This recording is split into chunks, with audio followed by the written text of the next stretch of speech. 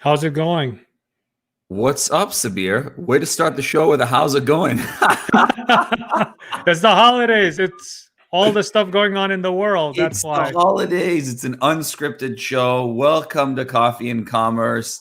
It's an absolute pleasure to be back with you. It's been a few weeks. Really excited to be with Sabir Semerkant, who is the founder of Growth by Sabir. Sabir, what is up? Uh, I mean, what is not up? I mean, the stock market is up. Oh, I have certain numbers related to a certain illness is up. The world is in a very interesting place. I think it's also has created a very interesting environment for social, digital, and e-commerce. The adoption of it by the masses, it has increased tremendously. Even though there's a lot of bad news, I think in our world it has turned into an amazing news for all of us. Yeah, and I think the bad news notwithstanding, I mean, obviously, to your point, all joking aside in terms of what is up, yes, that is the reality. And what we recognize, as you mentioned, it's pretty much everybody's recognized it now, which is consumer behavior is changing. And I think what's really interesting is we often talk about consumer behavior changing, and we don't really consider the fact that consumer intuition and substantively what consumers want in terms of ease of use, easy access, frictionless, all those things that consumers have always wanted, those aren't changing. It's just a matter of exposing them to those sorts of things. So for many reasons, people wouldn't want to go into a store to buy something. Curbside pickup just wasn't available. But Mhm. the fact that curbside pickup's available, you can go to bestbuy.com, buy something, go pick it up curbside.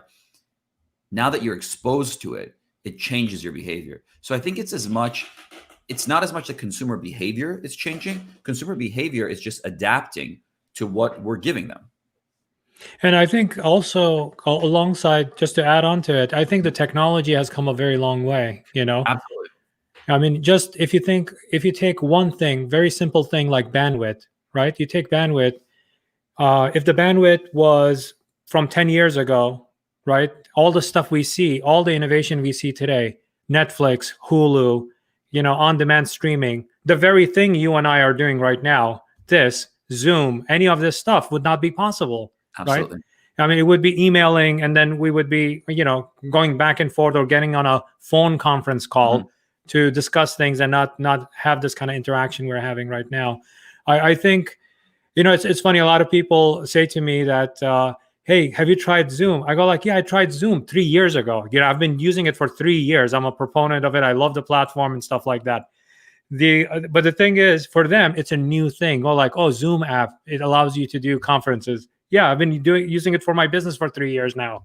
You Yep. know, so it's that, I think, and also the having the fear of transacting online or e-commerce versus knowing that, okay, you know what, this is the norm of the day now. This is what you need to do.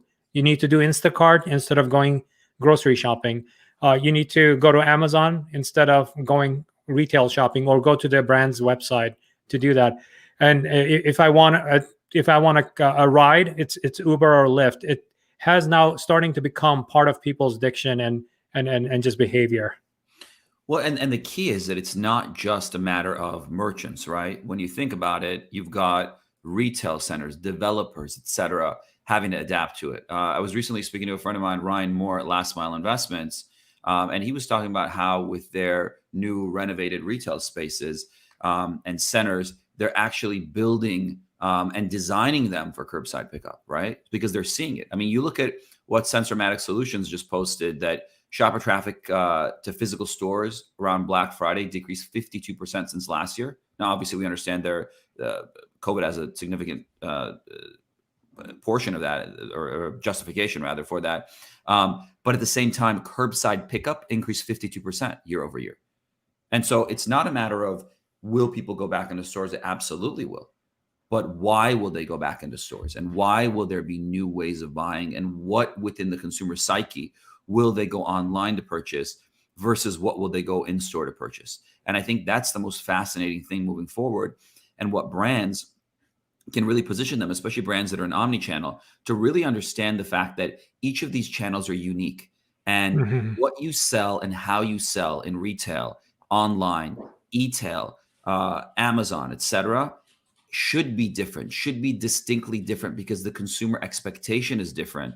And the reason when somebody comes to you directly to your .com, you have to give them more than just the same product at the same price and yet worse return policy and delayed shipping versus Amazon. You can't do that. So Yeah. why are they there? And I think that's what we help a lot of our clients solve for and really understand and own, because the reality is these channels are distinctly different. Your product is the same, but how that product is consumed by the consumer within their psyche is different. Anyway, I'd love for you to It's hear your thoughts on interesting it. to just kind of add on top of that. The conversations from my career and your career, right? You've always heard from brands, they talk about retail versus e-commerce. Exactly. It's versus, it's the enemy, it's cannibalization. The language is always enemy addiction One or the other. that's Yep. used. Not that if they change that versus to an and, that brand wins big time. So now you're complementing one channel over the other. Why aren't we utilizing social content and other types of digital content in a retail experience? Why aren't we enhancing the retail experience from the online? Because online, I cannot taste it, I cannot feel it. I can only see it and consume it in a photo or a video, right? Or someone like an influencer telling me it's great, right? And I trust their credibility, and that's what I'm believing in, right? But why can't it be enhanced into, oh, if you have any further questions, we have a location near you, drop by, we'll give that to you. And that multi-channel, and this, Zubin, right? When a customer is a single channel customer, right, versus a multi-channel customer, that multi-channel customer ends up buying more than 2x from that, as far as Absolutely. the loyalty marketing and increasing revenue. When that word turns into an and, not versus, those are the brands that win big time. I mean, as Lauren Paddleford, GM of Shopify Plus, said when he was on the show, I loved how he put it. He said, single channel threading is the death of a retailer or a death of a merchant, right? Which is exactly what you're mentioning. And what you're talking about is not necessarily the death, but the fact that you're missing a ton of opportunity by looking at things myopically and in a verse environment. And it's not only, I think it's really important to note that it's not just a matter of where you put your resources, but all of those things are where you put your intent. And when you put your intent and your intention in your mind is this or that, then you are, once your brain starts to put more attention in one or the other, then your efforts and everything else go that way, which is not to say you shouldn't do that. But to Sabir's point, and for those that are starting out, I think it's really important to note that it's not just a matter of, oh, I'm just going to build a direct consumer business. Fuck retail. I'm not going to go in retail. Retail does this, that, the other. That's the wrong approach. The right approach is I'm going to build a successful direct consumer business, because once I go into retail, I will have leverage and I will be able to negotiate with them because I already have a built-in audience that I can bring them. That's the right way of thinking about this. The other thing I just want to mention around what you talked about right now, and it goes back to what you mentioned earlier about technology. Too often right now, retail brands and retailers are looking to digitize the retail experience, and yet .com and direct consumer brands aren't looking to humanize their digital experience. Exactly. And there's a massive opportunity here, I think, especially for those folks that have retail staff and retail staff that, again, retail. is sitting around waiting for customers to come in. How do you activate that retail staff on your site? How do you, and this isn't how do you, it's more rhetorical that you should basically set up your site where if it's a consultative purchase, allow someone to connect with someone in store immediately.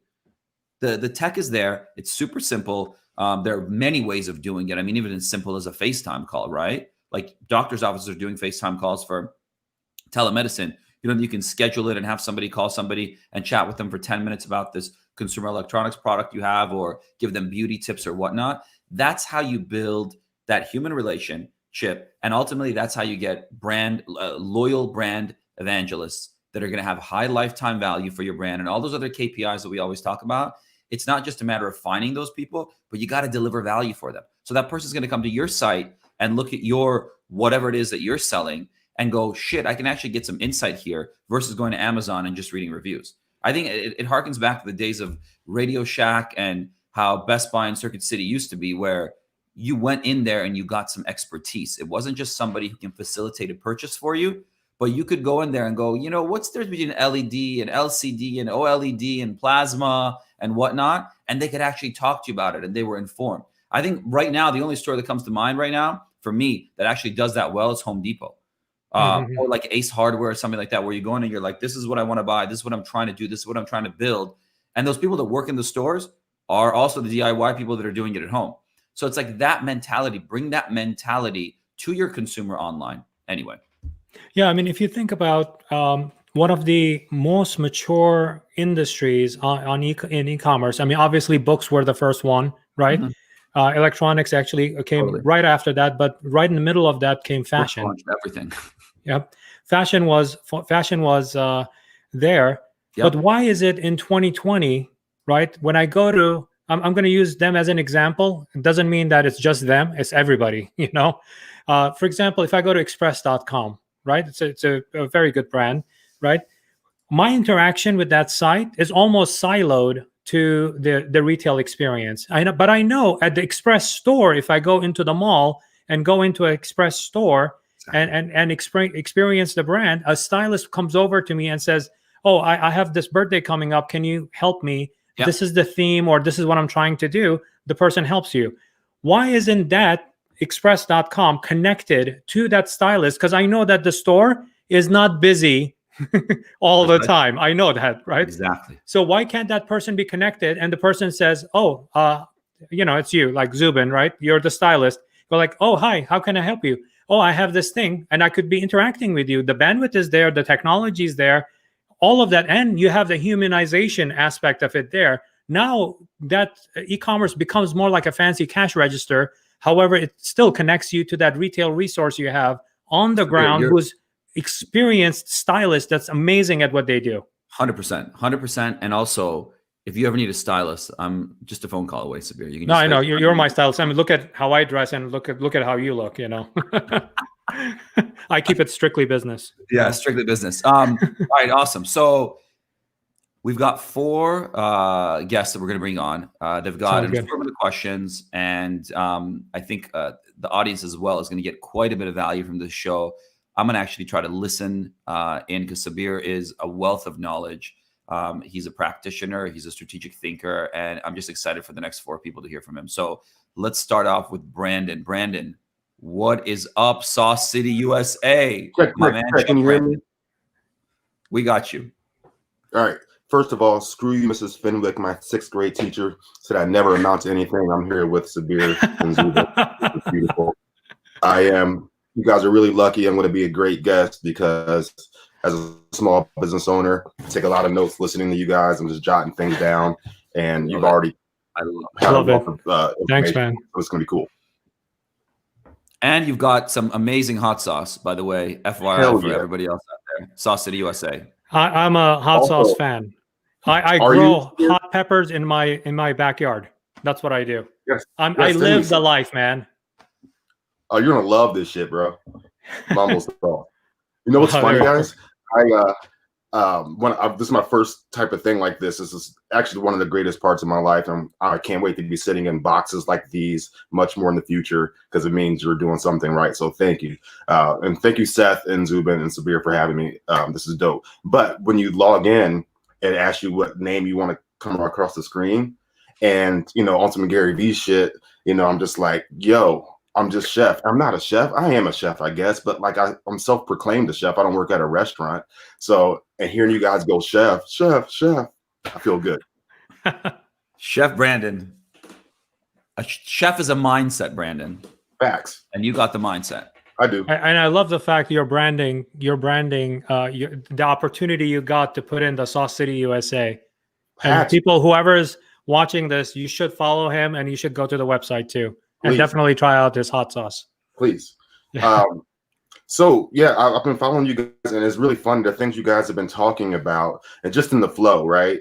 And consumer behavior. That's kind of one thing that stuck out to me. It's like meeting the customer where they are. Is that consumer habits aren't changing, the behavior isn't changing. It's just like, where's the attention? Where are they now? Like, there's people still want the same things, right? And so that's kind of what's a challenge for me, is how to meet them where they are, and being omni and multi-channel, something you guys have both been talking about a lot, and how the product is consumed. I'm focusing on that full experience because I'm a retail guy, right?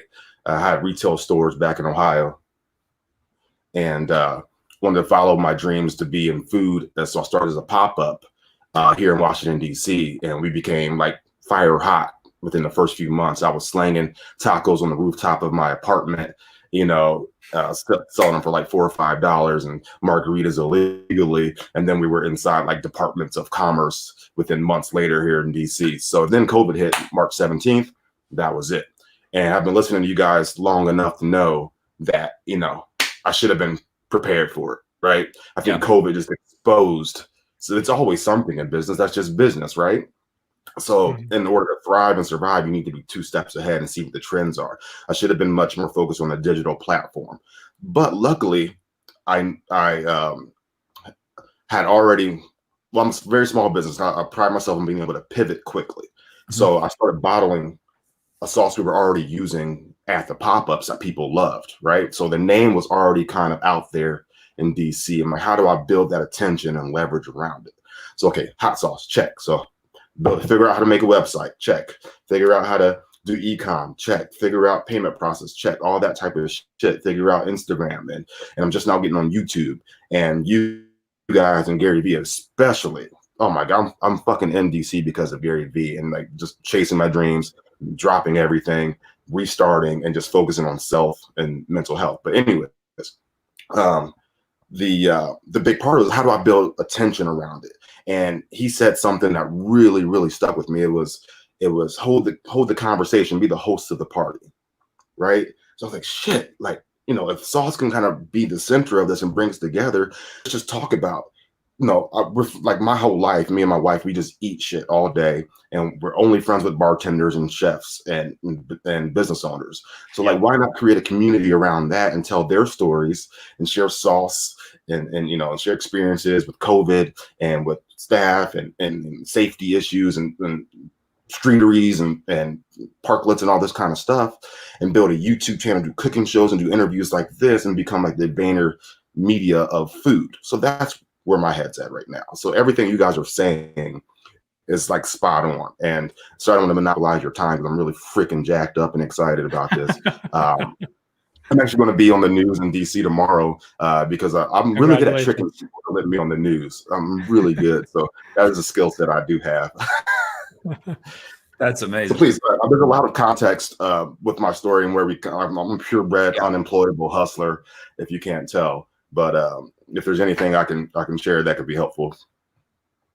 So, I mean, thank you for first being part of the show and kind of your giving us that context, and congratulations on kind of taking this journey. For a lot of people, it is a scary journey, but it's going to be a fun one. This is where I say that you will have some deep scars on your back, but it's going to give you so much experience that nothing replaces it. No MBA program is going to replace that, So that's one. Number two, what I would suggest is instead of looking at VaynerMedia as the model, I would recommend looking at Wine Library TV as the model for what you're trying to do, right? Which is both the outcome of Gary Vee and what he does, So if you look at Wine Library TV, he became that source where anything related to wine, he became the guy to talk to. He became the expert and he carried all the conversations. And even I think he revived the Zubin. He just restarted the Wine Library TV. I think I saw that just recently. Yeah, he just did an episode. I don't know how frequently he's going to do it, but he just did an episode. Yeah, but his dad was doing it with him on certain occasions, also in the interim too. So I think if you look at that as a model, what you can do is this way you're focused on on your product. And that's where you can come up with a different pillar content, and at a minimum, I think in your case, if you think of it like a crawl, walk, run, I would start with the crawl phase being 2 pieces of pillar content. And from those 2 pillar content, you could cut out all the micro content. GaryVaynerchuk.com on his website has the Gary Vee content model, the 86 slides of insanity. I think that's what it's called. It's an amazing model to follow. If you create those 2 pillar content, like 5 minutes, and another one is a half-hour show, whatever you want to do, right? So taking just those two, once you start mobilizing the micro content and cutting it up into smaller pieces and stuff like that, that becomes that just with those two pillar content, you could be producing 1,000 pieces, literally mathematically, like 920 pieces of micro content a month. That's a tremendous amount of reach. That's a really great point going the wine TV direction. That's kind of where, when I said VaynerMe, that's kind of where my head was at, but specifically the wine library TV. I want to be that. And the two pillars of content. So my question kind of wraps around what you're talking about right now, and kind of juxtaposes with a lot of the things you guys talk about, a lot of things Gary says about being, micro, fast, and macro patient, and trying to figure out these platforms, are the attention's always changing, whether it's TikTok, this, LinkedIn, and having those pillars of content, I agree with, but the process in coming up with the pillars is also time-consuming, interesting, especially when you're an operator and producer. So coming up with the right content that's to stick with to break out the micro pieces while you're still also creating micro from the bottom up. Absolutely. These smaller platforms. It's a hell of a lot of work. I mean, so here's how I see it, and I love Sabir's insight on this as well. What I see is most people get hung up on exactly what you mentioned, which is, what direction do I go in? Right? Not how do I go in 5 directions and figure out which one's actually sticking with my consumer, right? And it's going to take some time before any of these things manifest. Like, you pick like 5 different directions and figure out where you get traction, and then keep doubling down on that. But I think the key is just getting reps, because, like, let's look at it as you mentioned, with experience, right? The fact that you're producing content alone, even if that content is shit, even if that content isn't good, every single piece of content that you produce after that, you're going to learn something. Just going through those reps. It's like anything else you do in life. You need reps. So you got to get those reps out there. You got to put it out there, and then use the platforms that are out there. I think, like, food is something that, I mean, I follow a lot of, most of the people I follow on Instagram are related to food. Like, there's this couple, Devour Power. I think they're in like New York or somewhere. I follow like 1 million followers. They just go to different places and they eat food and they post about it, and they have all these followers. Think about how do they get money? Huh? How do they get money? So I think what they do is they probably make, well, from what I gather, I don't know if this is their story or not, but they started doing this stuff, and then they created their own pop-up. And so their pop-up now gets a lot of traffic and attention as a result of that. So in terms of your case, what I was thinking, like, one direction I would go in is, how can you get yourself in the conversation, right? Get the sauce in the conversation. Everybody else is posting about food. Putting COVID aside right now, imagine if you were able to go and basically go to all these different places around you, post about the food, and then have people try what they're trying with and without your sauce, and make an entire series of content around that. That's the sort of thing I'm talking about, where, like, you're including it, you're introducing it. Food, to Sabir's earlier point, he was talking about this, 15 minutes ago, about online and not being able to taste, feel, smell, etc. But the way you do that is through other people, right? The way you do that, the way you get the feeling of the hot sauce, is by seeing it on something and someone eating it and that reaction on their face. And so that's the sort of content, like on your site, you've got, under your blog, you've got like some pizza stuff and whatever, but it's super hidden. Like, bring that shit to the front. Make sure that your content, at the end of the day, no one's eating hot sauce on their own, right? They're putting it on something. I mean, some people may, more power to them, but they're putting it on something.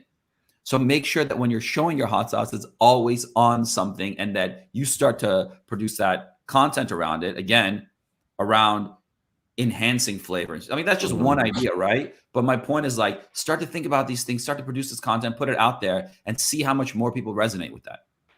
That's a brilliant idea. Thank you so much for that, Zubin. I agree. I've been really leaning into that. So I got my little selfie camera thing, got my phone. So I'm planning on these things. COVID's kind of fucking it up a little bit, but I plan. So one of my leverage pieces is going into local businesses, local markets, local cafes, and restaurants, and having them use my sauce. So I already have contracts with a bunch, right? and they post about it. Oh, we're using this in our egg sandwich, or they're selling it in their cafes, and I get to go in and produce content based on their business, and maybe not even talking about my sauce, but it always has that leverage piece when we have that relationship.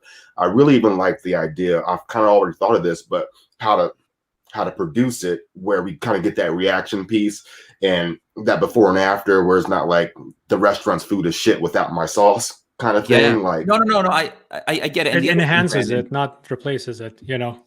Yeah. And the other thing that comes to mind, sampling is incredibly effective. Getting someone to sample is the challenge. But you have restaurants. In those restaurants, you know, the little fucking Tabasco bottles you get on, I don't know, wherever, like you go to a hotel. Exactly. mini. Exactly. And I got a QR code promote.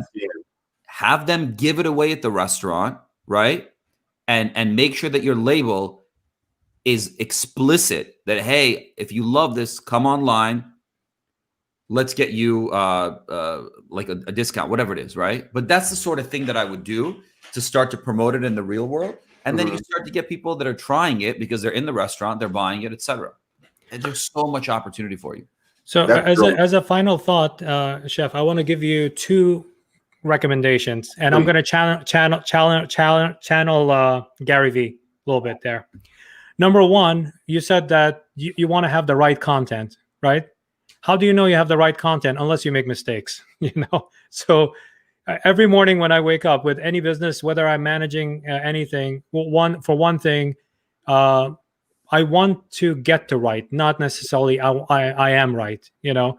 So that's where you get your deep scars, you get the better learning, and you're producing deep down inside. If you know that you're producing great content, it's gonna keep on, just like, you know, it's gonna get better and better with time, right? It's gonna get, first you're gonna have hesitation. If you have any doubt, and the very guru that you're talking about, Gary Vaynerchuk, watch his episode number 1 of Wine Library TV. His stuttering, the lighting is horrible. His dad comes into the room, looks at him, shake his head, walks out like disappointed, like, what is he doing, right? That's Gary Vee. That's episode 1. Just imagine, because you're starting that journey there. But the good thing is you're doing it in 2020 and you have a lot of reference points. In his case, he didn't have any, you know. So that's one thing. Like, every morning when I wake up, I don't think I'm right. You know, I think that I'm trying to get to right. And then by end of the day, I'm a little bit better than what I was at the beginning of the day when I started. So just keep that in mind, because otherwise what you do is kind of an analysis paralysis. Should I do this content? You have not even turned on the camera yet. How do you know it's good or not? You know, put it out there, get the feedback, get the kind of the feedback from everybody that you understand. Like, oh, I love this content, I didn't like this content. You're gonna get that feedback. And personally, what I would suggest, and this is an advice from Gary Vaynerchuk, produce content that you would consume, right? Forget about followers, forget about engagement, forget about all of that stuff. You know, deep down inside, because the thing is, if you're replicating another show that somebody else does on Hot Sauce, why should anyone look at you? They're already following the other guy who has millions of followers and hundreds of thousands of engagement already on it. Yeah, that's where your uniqueness is going to come from. You know, just keep that in mind, you know. No, I really appreciate that. That's really awesome. It's funny you mentioned Wine Library in his first episode. I think about to like 15 years ago, maybe like the late 90s, and building these muscles, right? I was already building businesses. I was Gary. I was that kid selling shit from school on the school bus later. And, you know, I started a website called itsInYourBag.com, where I actually went to Walmart with my mom at 14 years old, picked up all the school supplies for each surrounding school and their teachers. And so I created a website where I bought your web supplies and packaged them and sent it to you so you didn't have to leave home, right? And I built the website myself. And because I didn't like the guy I hired for $400 in Columbus, Ohio. So I was like, I'll figure it out. And YouTube and all these other things I was doing. And, you know, you talk about like QR codes and like Amazon and these things now that have been around, Zoom have been around now. They matter because the world's shifting how people consume. And I just kind of stopped and got away from that stuff and got a regular job like everybody else. But I'm really good at building these muscles because I've never had capital or money. I've just everything. And I've always like, I got money. because I have an uncanny knack in making shit look good. So I feel like a lot of times it's like you're not actually at the level people think you're at, and you're not worth attention sometimes, or you're not like a charity case. And so I'm kind of playing in this middle game of playing up and playing down, trying to be my authentic self. And sometimes it gets exhausting too when trying to create the content, where I feel like other people can just create and make these pillars of content, but I got to really think about how people consume. Because the problem, Brandon, is that I think you don't know who you're creating content for. So you want to create content that's really good because you're afraid that those folks that think you're here are going to be like, shit, he's here. And then you don't want to be too authentic or too low because these people look up to you that are here. What I would recommend is produce content that you like yourself, something that something that would be entertaining for you, that would resonate with you. Do that. Keep plugging along. You're doing great already. Just keep going. Let's do this. Get back on with us in like 2-3 months and let us know how it's going. Okay. Appreciate you. Thank you, Zubin. Thank you, Seth. Sabir, we got to get you, man. Can I get his, definitely address? I want to ship you something. I'll get it for you. I'll connect. DM me. Yeah, DM me on Instagram. Go Sabir. GoSabir. Go awesome. Sabir. I love Thank it. you. I'll try it. Later, Chef Brandon. Good to see you. Pleasure. Let's get Noah in here. Zubin, Sabir, good to see you guys. What is up? This guy is a mirror image of me when I was young, with that mustache. Oh yeah. I saw Gary Vee in San Francisco at a Microsoft event, and he actually complimented my mustache. I asked him the question. He said, "Hold on, before you say anything, I fucking love your mustache." So since then, I haven't shaved it. That's hilarious. Yeah. So what's going on, Noah? Talk to us.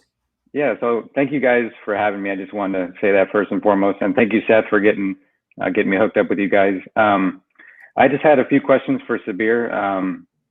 Zubin has already helped me quite a bit with my business, but I know you specialize in scalable growth, so I put together a couple of questions ahead of time. Just to give you a little context, I have a baseball card subscription box business, so it's direct to consumer. It's kind of a funny story. It's only 7 months old. I started it back in May. I think Zubin knows the story. I told him my mom had given me a call, and she said, "Hey, we're cleaning out your old room. We need to make room in your closet. You got a bunch of baseball cards. You gotta get them." So there's one weekend I went up there, filled up the trunk of my car, I had like 15,000 baseball cards. Wow. From when I was a kid. So I brought them back down here. I'm in Chico, California, and I was sitting there one day. I was thinking, because my closet was full. I'm like, how can I, get rid of these in a timely manner, but I'm not going to get rid of my whole collection. So I hadn't been into baseball cards since probably like 2009, 2010. So I'm 23 now, and it kind of reignited that spark of collecting cards, just seeing them again. So I started doing some research, joined some Facebook groups, and I saw that there was this new trend of subscription boxes or mystery boxes. So I thought, I'm just going to put together a few mystery boxes, sell them on eBay. So before I even did that, I designed a box, and I posted a photo in some of the Facebook groups, and I said, would you guys be interested in a mystery box? This is what's going to be in it. And I started getting hundreds of comments, people saying, yes, I want it now. When can I buy it? I want to buy it. So I stayed up all night, didn't sleep that night, built the store, because I was building Shopify stores before this. So it was kind of a perfect storm of my hobby and then what I was doing currently. So I built the store, put it up the next morning, started getting sales instantly. That first month did like a couple grand in sales. 7 months later, here we are today, December, going to do 70,000 revenue, up over, we're going to have 1,200 monthly subscribers. And it's on a locked-in recurring subscription. They can cancel anytime. I mean, it's been growing so fast. So I thought it'd be perfect to talk to you since you specialize in growth. So I just want to give you a little context there. I'll just jump into my first question, if you don't mind, for Sabir. So one of my only pain points for the business is keeping up with customer service.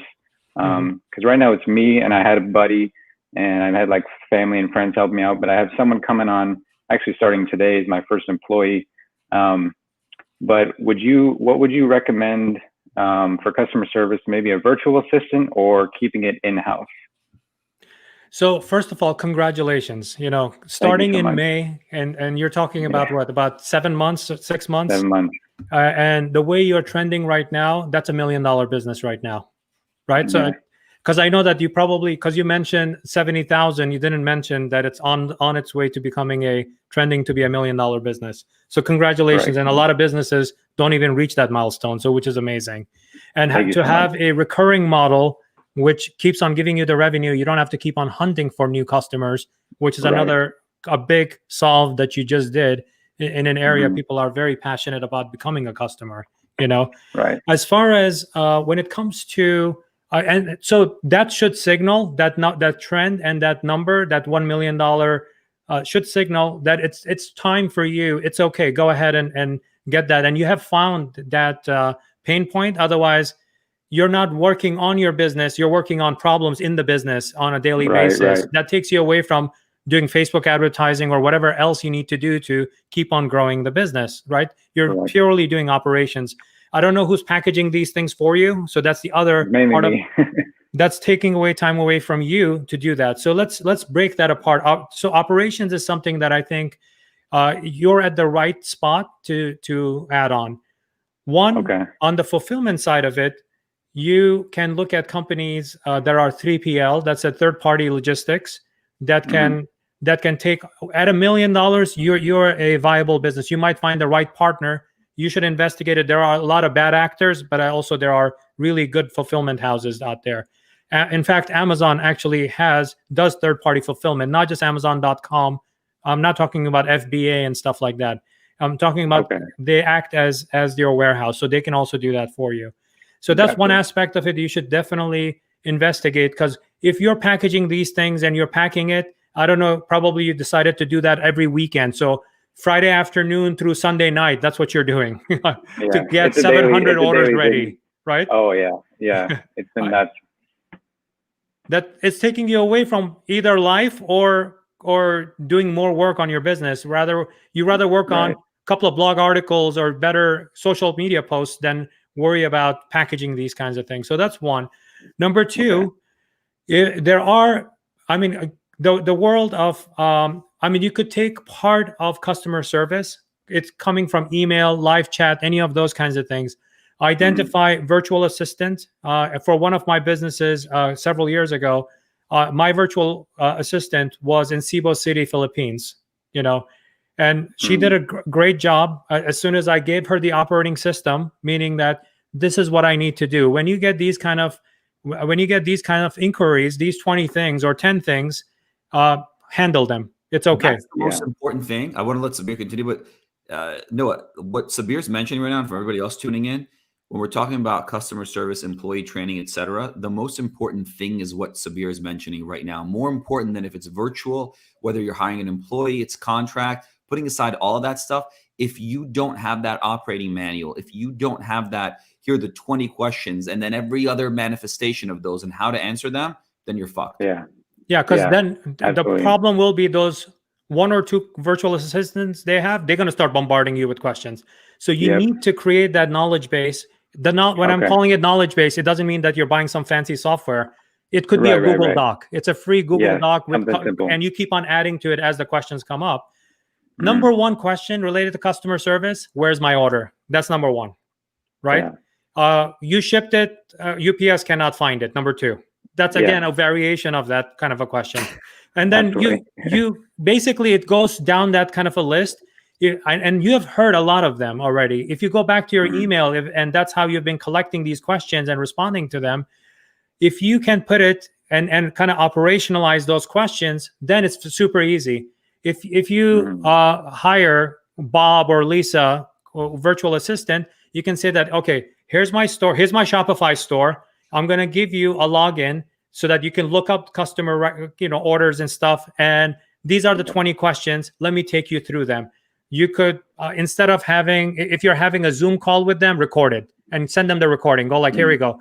Here's the copy, just in case if you want to refer back to it, you can refer back to the Zoom recording, or if it's disconnected, you could do a Loom video, and which is a screen recording of exactly how you answer those questions and how you go about doing it. And then you say that, okay, if you run into any trouble, call me, or text me. Here's my Telegram. You can text me at any time. Or, if you have any kind of questions that fall outside of this 20 questions, then, to let me know or write it down in this section of unanswered questions. They start logging it. You see the question, go like, oh, okay, I got it. Here we go. This is how you do it. Yeah. And then if it's a Loom recording, you put the Loom recording in there. They get trained, and that's how you keep on going. And that's the other thing I would do. Now you have trained someone to do that for you, so that it's not you doing it, somebody else is doing it. So it's saving you a ton of time now to focus on the business, right? The other thing I would do, this is why that Google Doc is so important. I'm going to have an FAQ section on the site. I'm going to have a product questions and answer type of a section on the product page. So before they even buy, they have the answers. If they go back to the site and go to the product page, they have the answers. There's a universal section that says FAQ. They can go in there. You can keep on. So, because what you're doing is you don't want Bob or Lisa to also get overwhelmed with so many questions, because you were getting overwhelmed.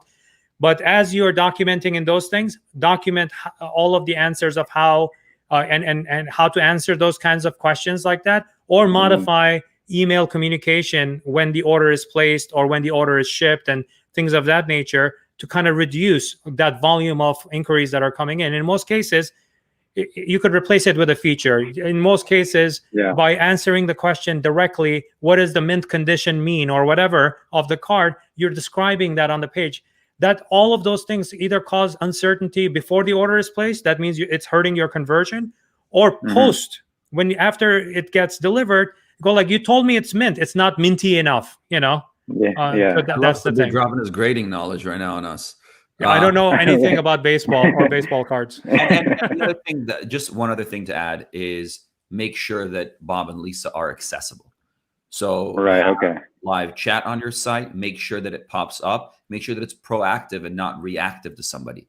That a message goes out and says, I know you're looking at this box versus that box versus this. What can I help you with?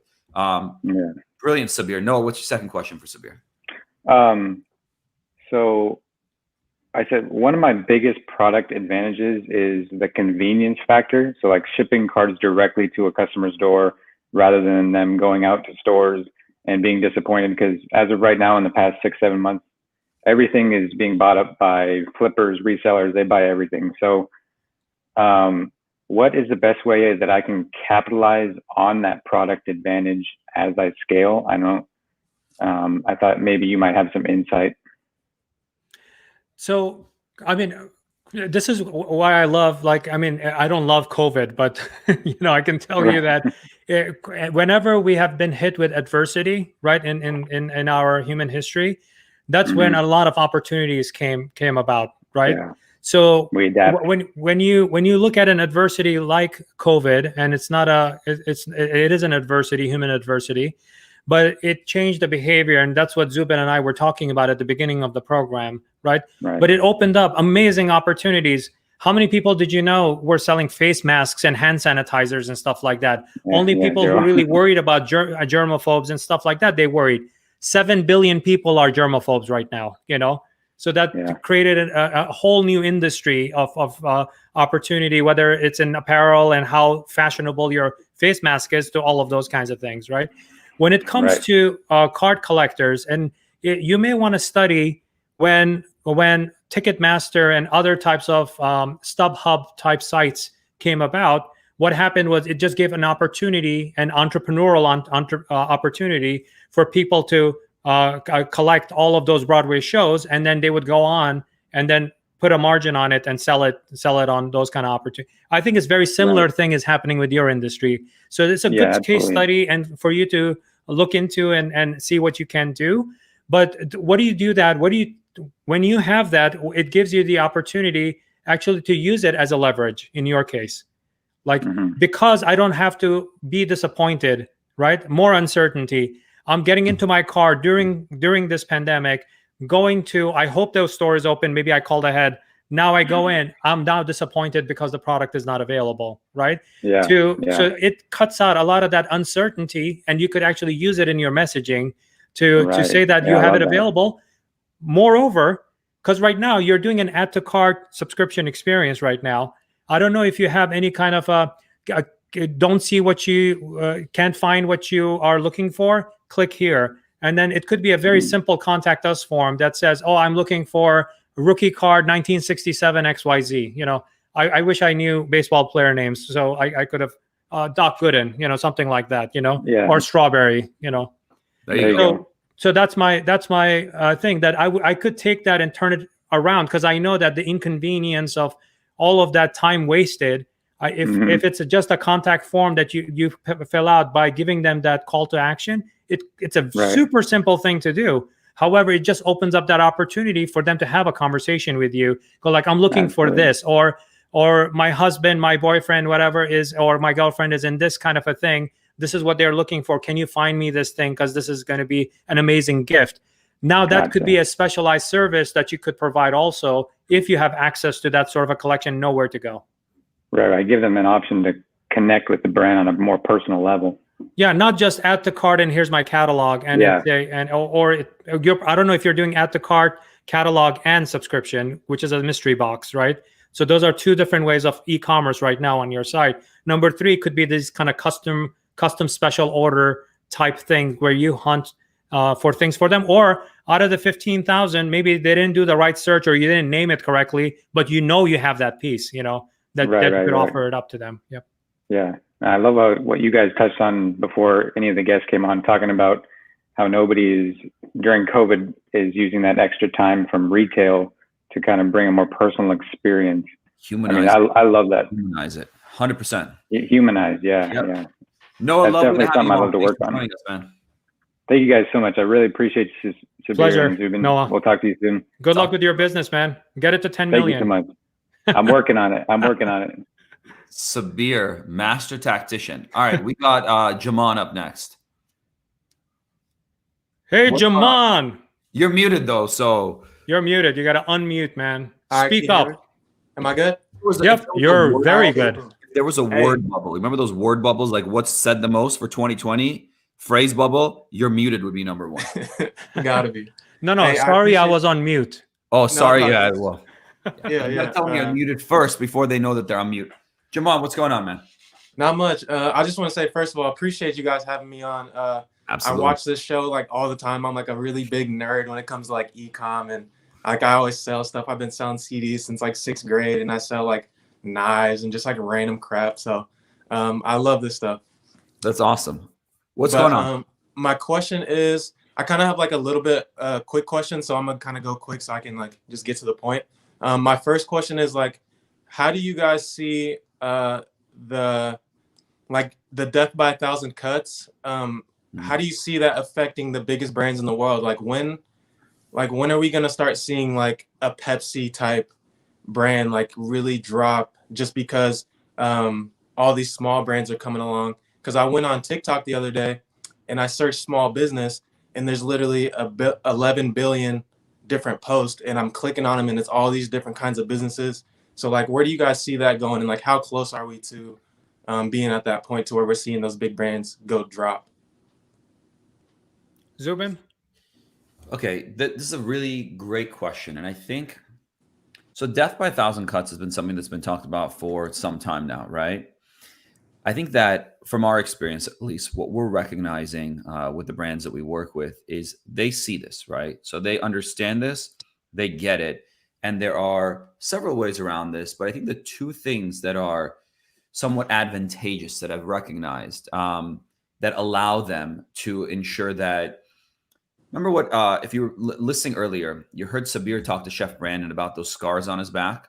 And how those scars make him stronger. Same thing with these larger companies that do it right.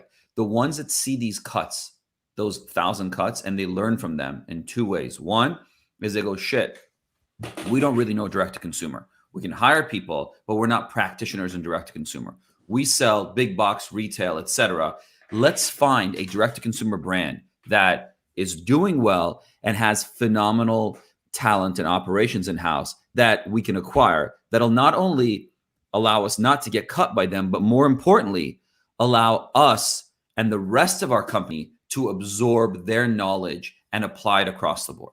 So I think that acquisition model makes a lot of sense. It allows them to take those cuts and actually get stronger as a result of them. And then the other way is just launching their own direct-to-consumer brands. Both of those sorts of things work depending on where that company is. But that's really the way I'm seeing the most successful companies in the space, the ones that are able to pivot and recognize exactly as you mentioned right now, that there's a different business model out there. And this isn't a model of, oh, let these guys do 5 million in revenue. We're doing 5 billion in revenue. Well, you know what's really interesting? The number one retailer online being Amazon. You know, the number two retailer online is all Shopify. of the Shopify stores combined, It's crazy. right? So this isn't this Not is no Walmart. longer a matter of direct to consumer having a low ceiling. Like this shit is growing. It's massive, and it's no longer around, okay, let them do what they want to do. This is a channel that the larger organizations, and especially with what's happened this year, recognize they need to be in. And there are just a few ways for them to get into it. Sabir? I would say that I think when you're a startup, you are very nimble, right? You don't have the baggage. You don't have the baggage of how your grandmother cooked the turkey and had to cut the head and the tail off because she had a small oven, right? Not that, and you're much further along. You have a bigger oven. You don't need to do that, but people keep on cutting those things down, right? There's a lot of baggage there, right? So if you are a startup, you don't have that. You don't make that assumption, right?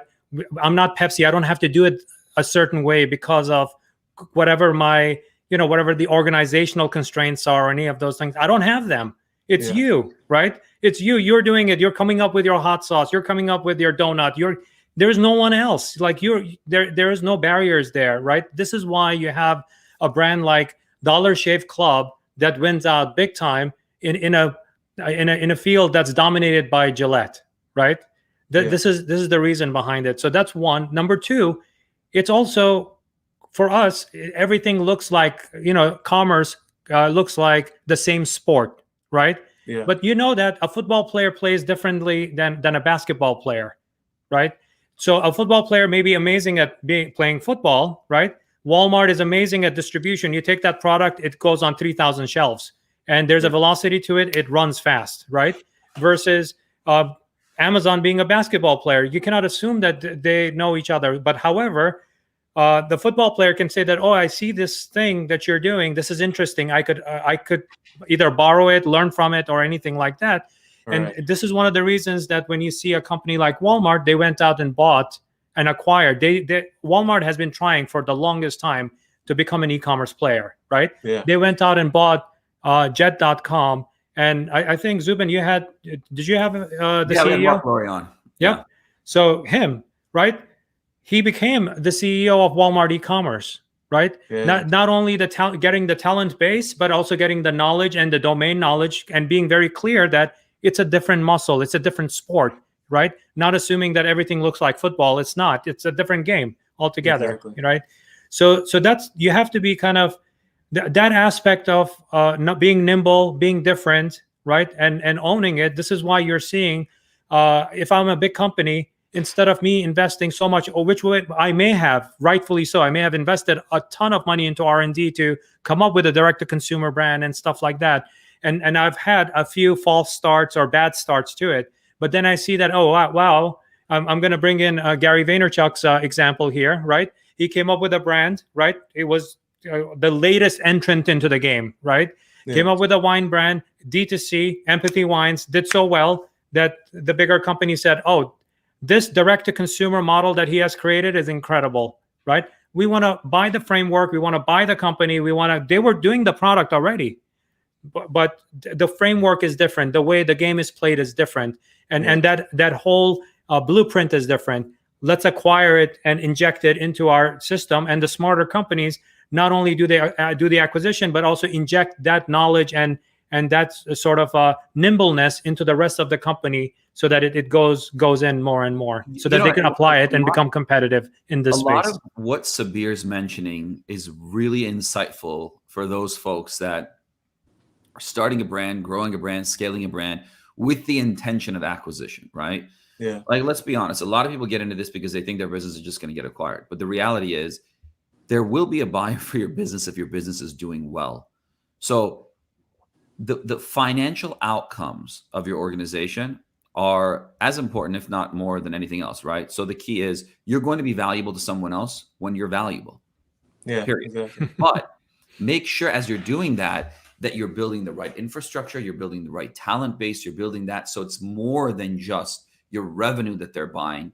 It's the fact that they're buying your team, that they're buying your processes, they're buying it, and they're realizing that they can take you, inject it into their system, and then you can influence more than just that brand. And when I say you, I mean your team. So Right. I know we've kind of deviated away from your question, but I think No, I like that. it's just really important to make sure that you're building value internally. And then as you start to map out, you're building a business, you're talking about the consumers. I mean, business 101, right? Who's going to want my product? Who is that customer? What is their demographic? I'm going to build my cohorts. Also start to think about what larger company would be interested in acquiring me. And think about it outside of just the regular, I'm building a drink like a Gatorade competitor. Gatorade's going to acquire me. Like, don't think that way. Think more non-linearly and think about other industries and other companies that could value from you. Now, one of the things to consider is with Amazon, with some of these other platforms, you get a sense of when people buy your product, what other products are in carts, right? What other products are they buying? That's the sort of insight that you want. When you want to think non-linearly, you've got to understand what other products complement my product. And so again, maybe it's not someone in your same category that's going to ultimately buy you. Maybe it's somebody in a different category. And even before acquisition, think about brand collaborations. Brand collaborations aren't just going to happen in your own category. Brand collaborations are going to happen across the board.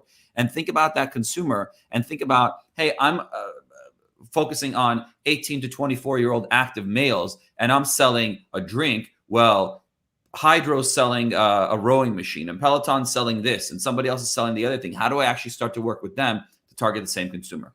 So again, I mean, I can't even wrap that whole fucking thing up. We went in so many directions. No, I was gonna say, I like that because I like the part where you're touching on there's like different ways to evolve. It's not always the same steps that a lot of brands go through. So people got to look at it kind of different.